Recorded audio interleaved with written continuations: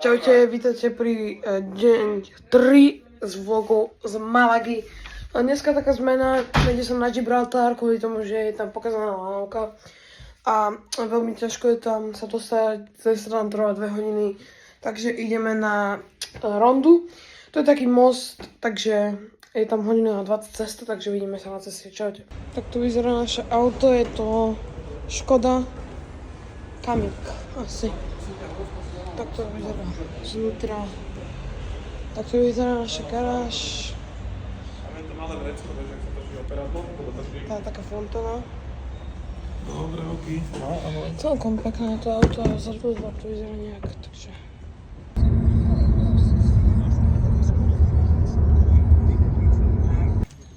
Tak to vyzerá na parkovisko, tuto v ronde. Sme už prišli do rondy. Hej. A teraz sa pôjdeme piešky, pôjdeme na ten most, takže čaute. Potom sme boli pri takejto bičej aréne, ale chystal sa tu maratón 101 km. Takto vyzerala tá bičia aréna vznútra, potom tam bolo aj také múzeum, ale niečo tam prerábali, ale bolo to veľmi pekné, dalo sa ísť na tú tribúnu, takto sme sa tam mohli kráčať po tej bičej aréne, veľmi pekné.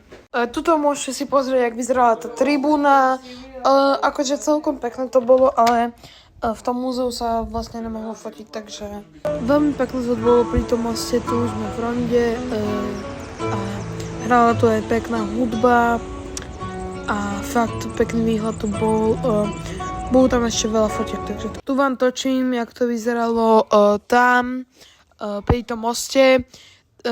Síce je to mesto na skale, ale boli tam aj nejaké vinohrady, nejaké sady a boli tam aj rôzne reštaurácie, kaviarne a takto vyzeral ten most. Takto vyzerali tie uličky v tej ronde, veľmi úzke, ale pekné, útulné, veľmi pekné to tam majú. Tuto môžete vidieť zábery z múzea Dona Bosca, teda z tej záhrady. Stalo to 3 € a bolo to veľmi pekné, strašne pekné miesta na fotenie. Takto to vyzeralo, veľmi pekné tie výhľady z tej kaviarne, veľmi krásne.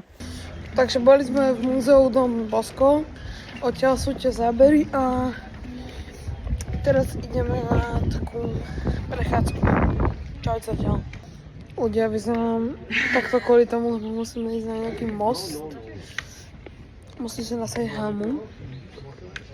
Pár toho videa je hore, takže čaute, choďte pozrieť.